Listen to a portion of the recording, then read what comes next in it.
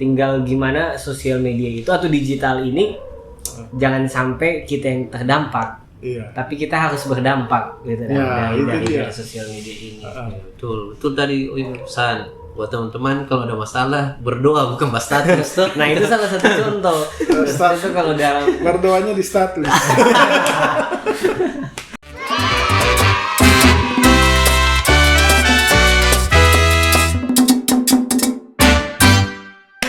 Jadi memang bukan lagi menurut saya bukan zamannya untuk melihat orang status rohani bilangnya sok suci. Itu itu. Tapi karena memang itu jadi salah satu saluran untuk berbagi kabar baik itu. Cuma mungkin itu kalau ada orang rasa kayak dibilangin terlalu suci atau apa, mungkin dia harus cari cara kemasan yang lebih relevan aja sih, bukan berarti langsung nggak mau share ayat Alkitab, ganti dia punya kemasan aja. Iya betul. Contoh kalau saya share kayak Alkitab, bagaimana caranya supaya misalnya pergi dan jadikanlah semua bangsa muridku, tidak ditulis secara gamblang pergi dan jadikanlah semua bangsa muridku, tapi contoh dengan kita kalau kesini harus jadi berkat. Kita kalau kesini harus jadi berkat. Nah itu kan esensinya kan tetap sama, cuma bahasa yang berbeda supaya tidak terkesan terlalu Kristen. Tapi pengikut Kristus gitu. Nah kontekstual. Jadi tidak yang karena kalau mau pakai langsung ayat terus isinya apa jadi rema tutup doa. Jadinya kan orang pikir beribadah lagi. Iya, betul juga ya. Itu ibadah lagi. Tapi kalau misalnya contoh ya itu tadi kayak Tuhan pengen share tentang pergi jadikan semua bangsa muridku. Bagaimana caranya supaya semua orang mengerti kalau ini bukan cuma tentang Alkitab. Iya. Tapi jadi kayak contoh hari ini kita kesini terus lihat ada orang lagi kesusahan, kita bantu. Setelah kita bantu penuhi dari kebutuhan, kita konseling, kita apa gitu. Jadi itu kan termasuk dari esensi pergi jadikanlah semua bangsa muridku. Iya betul. Nah dari sosial media bisa jadi berkat gitu. Dan itu bukan lagi cuma jadi tugas hamba Tuhan. Dalam artian semua hamba Tuhan. Cuma bukan pendeta. Cuma tugas pendeta kan. Semua orang bisa jadi berkat lewat sosial media. Sampai akhirnya jadinya banyak artis-artis sekarang setelah dorang kenal Tuhan, dorang tetap diundang jadi pembicara di gereja. Dalam artian bukan pendeta. Tapi kan bisa jadi berkat. Gitu. Tapi, mau tanya boleh tanya. Ini kan platform media sosial, medsos itu kan macam-macam ya. Tapi ada semacam stereotip lah begitu. Kalau yang FB itu orang tua gitu kan. Nah, biasanya di situ banyak yang netizennya agak-agak militan. Tapi ada yang kalau IG mungkin lebih relate ke anak muda gitu kan. Nah, kalau saya punya pengalaman kalau di FB itu memang karena ya betul sih seperti yang Oi sampaikan.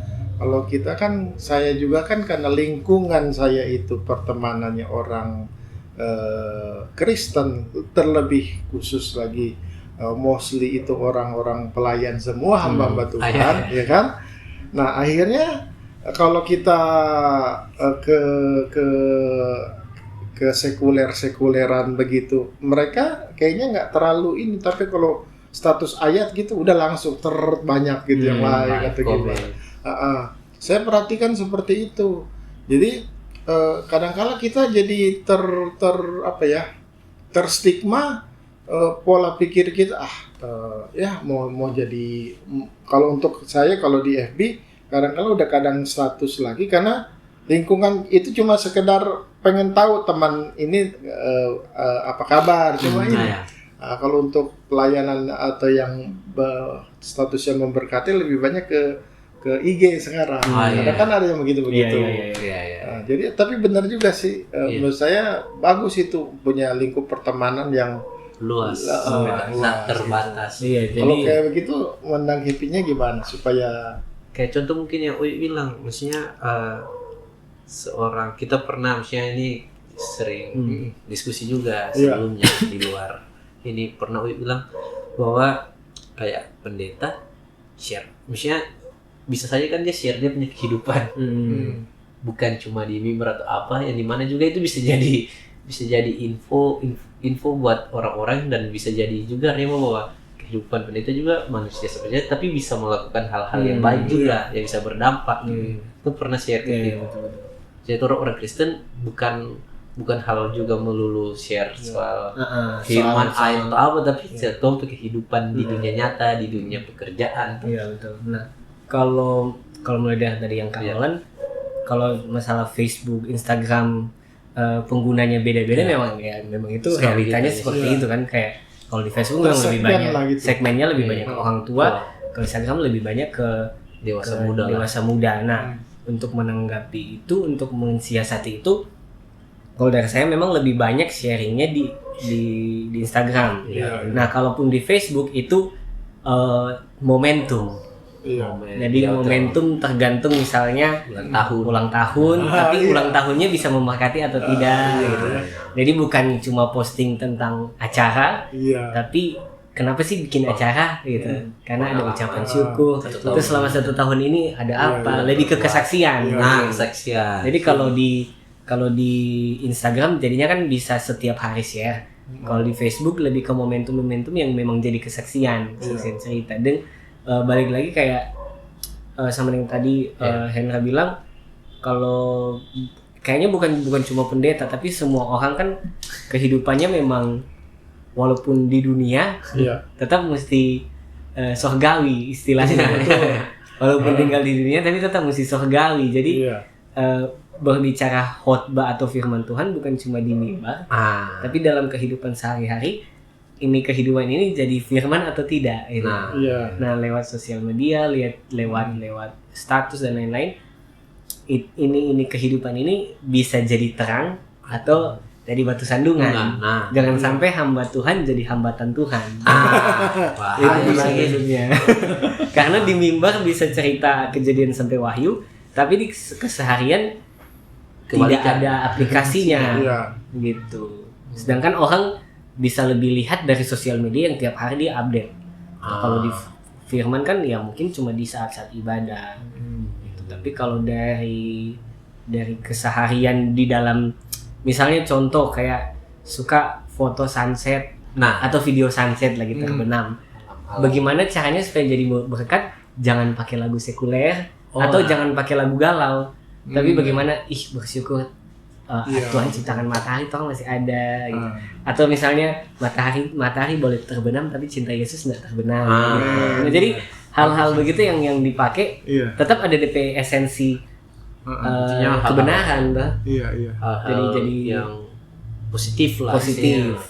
Bukan, jadi soalnya kebanyakan memang begitu. Kebanyakan yang enggak apa-apa sih share sunset gitu. Tapi kata-kata galau. Padahal sebenarnya sunset itu keindahan. Masa lalu.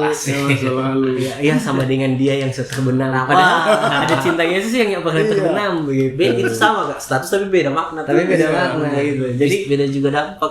Yang orang bisa ambil dari kayak hujan. Kalau hujan tetap rintik hujan mengingatkan siapa. Jadi kayak berarti hujan berkat gitu. Jadi tergantung dari mau menanggapi ini supaya apa bisa jadi berkat apa begitu. Kayak Owi bilang memposisikan diri sebagai apa? Orang sekuler atau orang surgawi. Jadi saya bisa tangkap maksudnya istilah kerennya vibes-nya itu tetap ada firman sebenarnya. Walaupun secara teks kemasannya bukan, gitu. Iya betul. Jadi orang yang belum kenal Tuhan pun tapi lama-lama mereka kan penasaran nanti kenapa begini carinya ketemunya ke betul. Gitu. Jadi ndak harus melulu langsung straight to the point Kejadian 1 ayat 1 pada mulanya. Tapi bisa jadi muka main Tuhan bisa ciptakan matahari Kang di hari pertama gitu. Jadi langsung ada kemasannya yang beda tapi esensinya sama. Itu media sosial ya. Iya, media sosial. Maksudnya itu menurut saya itu penggunaannya harusnya kebanyakan orang sudah nut atau sudah muak duluan karena memang kebanyakan kayak tiba-tiba langsung strike kayak langsung gini-gini. Yang dimana kan mungkin kayak Joy tadi bilang di hari Minggu atau di hari ibadat sudah dapat ini pas balik, dia pasti firman lagi selewat. Tapi kalau dikemas seperti tadi kan asik, bisa share ulang atau apa. Sama kayak Tuhan Yesus juga begitu kan Kak. Maksudnya dia kehidupan sehari-hari dia enggak bilang hukum Taurat tuh, tapi kayak dia tunjukkan dari apa yang dia lakukan gitu. Kayak contoh dia ketemu perempuan Samaria, dia enggak langsung bilang aduh mana dosa ini, tapi dia tunjukin apa yang bisa dia kasih gitu. Esensinya yang atau itu juga kalau jelasnya, jadi berarti setiap zaman itu kemasannya harus berkembang juga, sesuai zaman yang sesuai zaman. Sama kayak tadi Kak Olan bilang, kalau zaman dulu masih pakai surat mungkin misalnya atau pakai senjata, sekarang pakai handphone. Zaman dulu kan kalau kalau zaman dulu Paulus tulis surat kepada jemaat, dia pakai mediatornya, orang antara mediator. Sekarang mungkin tulis WA. Medianya sampai begitu. Gitu. Jadi memang harus berkembang, jangan juga sampai yang karena terlalu pikir media itu negatif, jadi nggak pakai Facebook atau nggak pakai Instagram, nggak pakai apa, atau jadi gaptek. Dalam artian nggak bisa berkembang dengan apa yang terjadi sekarang. Padahal sebenarnya kan semua ini Tuhan izinkan kan Kak. Maksudnya Tuhan izinkan ada media sosial, berarti harusnya ada maksud Tuhan. Betul. Gitu. Jadi kalau teknologi ini berkembang seperti sejauh yang kita sementara jalani sekarang, ya berarti memang Tuhan mau bahwa bagaimana kita memanfaatkan setiap teknologi perkembangan yang ada itu bagi kemuliaan Tuhan. Iya, betul. Dan cara-cara penjangkauan dengan model kontekstual tadi itu sesuatu hal yang bagus. Kadang-kadang kan orang memanfaatkan media sosial itu asal ini aja, artinya bahkan kalau zaman dulu mungkin kan orang menumpahkan perasaannya bikin diary atau apa.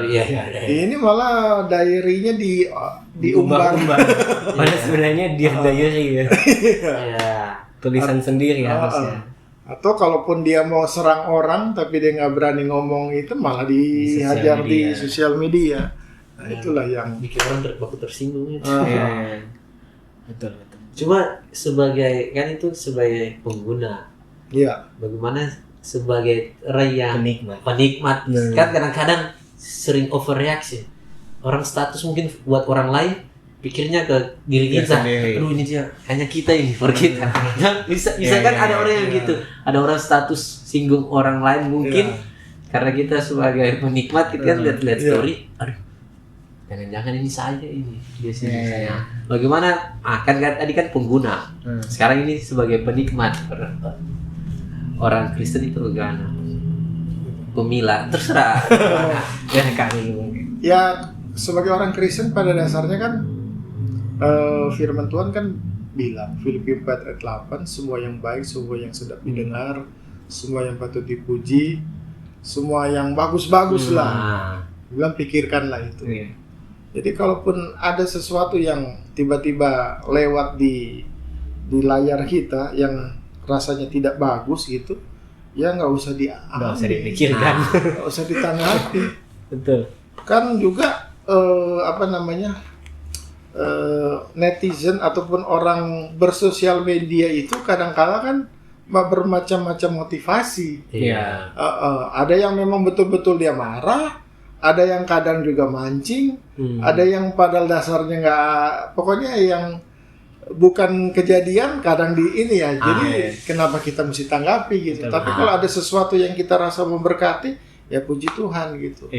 Bahkan bukan hanya sekedar like ataupun komen. Kadang-kadang ada orang yang mungkin dia tidak memberi respons dengan like dan komen, tetapi hatinya itu terenyuh ataupun merasa wah iya bener, terima kasih atau gimana. Itu lebih kena seperti itu. Kita nggak pernah tahu siapa yang di luar sana yang memberkati kita, kan. Kalau penghargaan kita hanya sebatas like dan komen itu pada dasarnya terlalu ini, karena orang like dan komen juga macam-macam motivasinya, ya kan? Gitu. Jadi artinya kalau bagi saya, kalau punya kerinduan memang seperti yang Oi bilang tadi, ya sudah deliver aja itu, sampaikan aja, nanti Tuhan yang bekerja gitu. Nggak usah sedikit-sedikit. Banyak ini love-nya ini atau banyak ini sudah gitu. Mungkin kalau ada kepentingan misalnya yang lain gitu untuk iklan atau apa itu lain cerita, engagementnya. Tapi kalau memang betul-betul untuk menjadi berkat, pokoknya deliver, sampaikan aja. Lihat, gitu. Pasti ada yang terberkati. Terus sebagai penikmat mungkin juga kan kayak kebanyakan kayak ada tiba-tiba berita, aduh, jadi terpengaruh terhadap apa-apa yang lewat kan, mungkin juga kan, mungkin dia tidak terlalu ini, tapi kalau di apa namanya FYP-nya lihat terus kan, biasanya nanti lama-lama dia bisa ini. Nah itu kan, mungkin kalau sebagai penikmat, ya kita juga bisa menentukan kan, bisa menentukan apa yang mau dinikmati. Nah dalam artian mungkin kalau dari contoh, mungkin sebelum ada media sosial, kalau nonton TV kita bisa pilih channel. Ya betul. Nah terus kalau sekarang bergeser dari TikTok, ada Reels, ada FYP dan lain-lain, mungkin kita nggak bisa pilih, tapi kan dia dengan sendirinya muncul. Di situ seakan-akan membuat kita tidak punya pilihan. Nah ya. Tapi kan kita bisa memilih untuk not interest. Contoh kalau misalnya nggak mau terpapar dengan hoax atau joget-joget, ya tinggal not interest aja gitu. Kayak contoh sekarang saya di TikTok dan Reels lebih banyak, pokoknya tidak ada joget. Tidak ada joget, tidak ada quotes. Tapi bukan kayak aduh apa ini tadi bukan. Ada yang akhirnya muncul. Tapi pilihannya adalah berarti jangan like dan harus skip, harus not interest.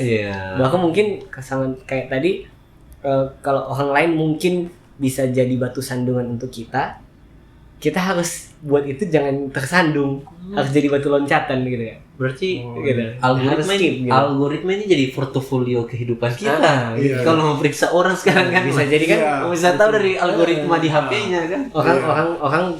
Orang share sesuatu yang negatif, berarti jadinya akan jadi batu sandungan buat kita. Tapi kita kalau buka mata, kan kita nggak akan tersandung. Kalau kita tahu arahnya kemana, kita loncat kan. Dalam artian kalau di FYP kita tahu itu negatif, kita skip. Gitu. Kita langsung not interest. Dalam artian kita nggak pakai jalan itu lagi. Kita langsung loncat. Oke, selanjutnya ada apa? Jadi kayaknya saya mesti banyak not interest karena FYP masih ada di